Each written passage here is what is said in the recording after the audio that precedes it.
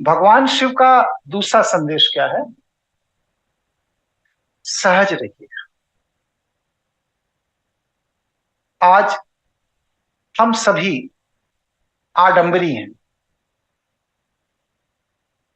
मतलब हम किसी को भी प्रभावित करने के लिए या किसी का ध्यान अपनी ओर आकर्षित करने के लिए किसी भी तरह का प्रपंच अपनाने में संकोच नहीं करते। आप लोग देख रहे हैं ये जैकेट पहन के मैं बैठा हूं, दिख रही है जैकेट? जी जी जी जी। गुरु पिछले 5 प्रवचन से यही जैकेट पहन रहा हूं, जबकि मेरे पास लोगों ने मुझे 15-16 जैकेट भेंट कर रखी हैं, जो एक लाइन से मेरे हैंगर में लगी हुई। मैं चाहूं तो हर प्रवचन में एक नई जैकेट पहन के बैठ सकता हूं। और निश्चित रूप से मेरी जगह और कोई प्रपंची होता तो हर रोज एक नए रंग की जैकेट पहन के बैठता। क्यों? क्योंकि उसे आडंबर करना है। तो भगवान शिव क्या कहते हैं? सहज रहिए। मतलब किसी दूसरे को प्रभावित करने के लिए व्यर्थ का संग्रह और व्यर्थ का आडंबर मत कीजिए। क्योंकि जब आप व्यर्थ का संग्रह करते हैं तो वह संग्रह आपके मानसिक तनाव का कारण बन जाता है। और जब व्यर्थ का आडंबर करते हैं तो वह आडंबर भी आपके मानसिक तनाव का कारण बनता है।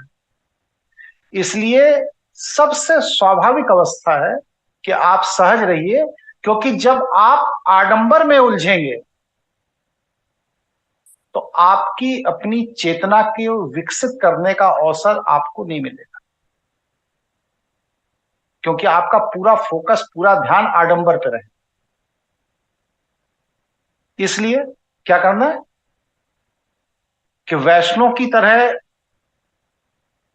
मुकुट, और इसके बाद बैजंती की माला, फिर पीतांबरी, फिर करधनी, फिर कड़ा, और फिर कमर में पेटी, और फिर खड़ाऊं भी चांदी वाली नहीं जरूरत।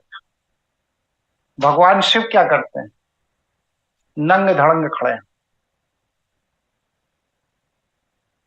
कहीं कोई मुकुट नहीं है, कोई प्रपंच नहीं। ये इस बात का संदेश है कि ईश्वर ने जैसा आपको बनाया है, अगर आप वैसे ही जीने के आदी हैं, इस जीवन में आपका बहुतेरा संघर्ष खत्म हो गया। ये जो कुर्ता मैं पहना हूं, पिछले 60-70 प्रवचन से यही कुर्ता पहना। कोई संघर्ष ही नहीं। अगर मैं ये बना लूं कि हर बार एक नया कुर्ता खरीदना है, ऐसा नहीं, पैसे नहीं ले सकता, ले सकता हूं। बहुत से साथियों ने भेंट किए हैं, पूरा बक्सा कुर्तों से भरा पड़ा है, 250-300 कुर्ते पड़े हैं।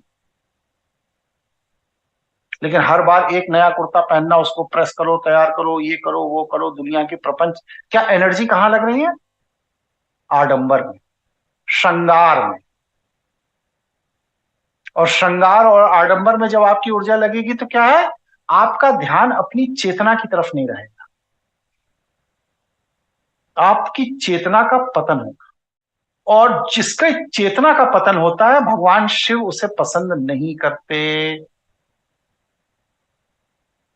इसीलिए देख लीजिए, जितने भी आडंबरी प्रपंची लोग हैं, इन्हें कभी भी भगवान शिव की कृपा प्राप्त नहीं हो पाती। हाँ, थोड़ा मोड़ा दुनिया को आकर्षित करने के लिए ड्रामा फैला लेते हैं, माइक बाजा बजा लेते हैं, कुछ पैसे भी कमा लेते हैं। लेकिन भगवान शिव की जो वास्तविक कृपा है, तंत्र की ऊर्जा, जो इस सृष्टि की व्यवस्था को बदलने में सहायक है, जो किसी को भी जीवन दे सकती है, किसी का भी जीवन ले सकती है, जो किसी को भी परिणाम दे सकती है, किसी के भी परिणाम बदल सकती है, यह सामर्थ्य इन प्रपंची बाबाओं के पास नहीं। अगर प्रपंची बाबाओं के पास यह सामर्थ्य होता तो चारों शंकराचार्य मिलकर के राम मंदिर का विरोध नहीं कर रहे हो। अगर नापसंद आ गया था तो आपके हाथ में तो काल की शक्ति है। आप इशारा काफी है। किसी की औकात नहीं है कि 22 तारीख को वहां जाकर के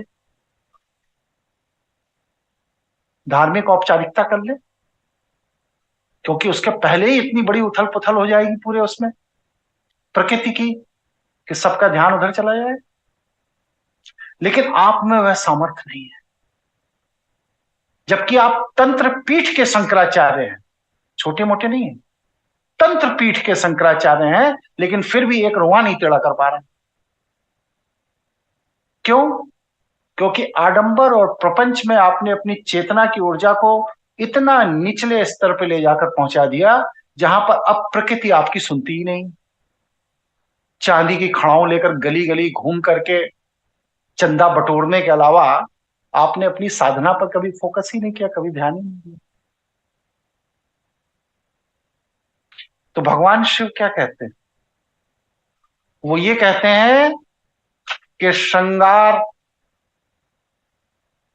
आभूषण, आडंबर, इनसे अलग हटकर सरल सहज जीवन यापन करके अपनी चेतना के स्तर को इतना विकसित करो, इतना विकसित करो, इतना विकसित करो कि काल भी तुम्हारे निर्देश को मानने के लिए बाध्य है।